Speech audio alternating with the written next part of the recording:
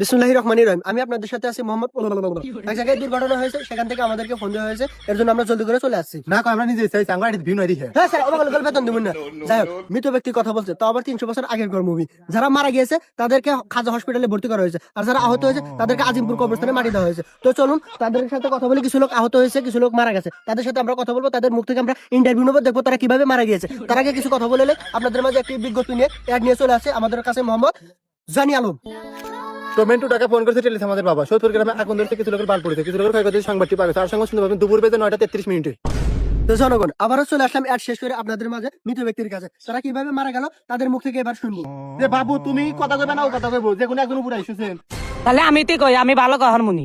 এই তুমি না, তুমি আন্ডা তো মানুষ অত কথা কও, মরা মানুষ অত কথা কও না, সমস্যা হইবো। তোমাকে যেটা কই এটা কর, তুমি চুপ করে থাকো। আরে বাবু তুমি আইসেছেন, তুমি বড় আছো, তুমি কই পারবে না।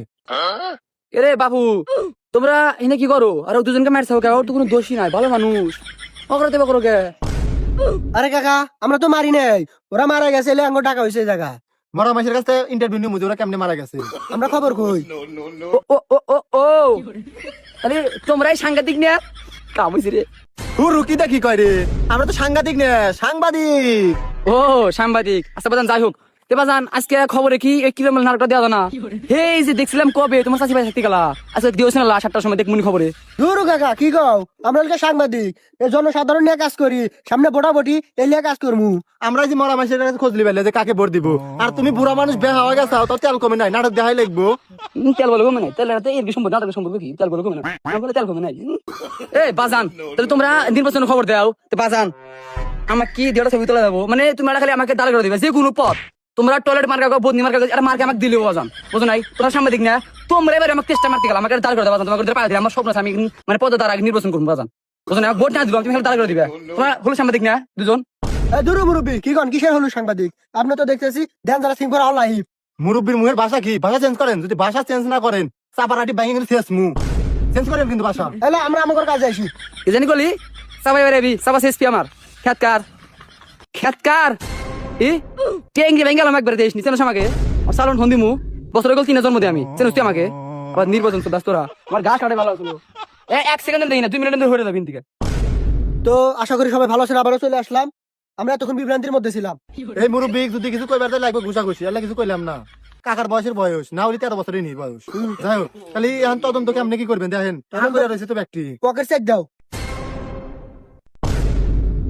ভাই 2 দিন ধরে আগা হয় না ভাই, হোসেন আজকে হঠাৎ করে আরে পায়না চাপ দিছে ভাই। পায়না কোন সাইডে দেখছেন কি দেখি কোনে এই দূরু, আমরা হচ্ছে সাংবাদিক, তুমি এখানে এসো কে? রাত নড়ে লাগা না আর ভাই বাড়ি হেনে না ভাই, বাড়ি মেলা দূরে ভাই, তাড়াতাড়ি পারতেছি না ভাই, ভাই দোয়া করে একটু তাড়াতাড়ি। এই দূরু, তুমি যাও এখান থেকে, ভাগে যাও।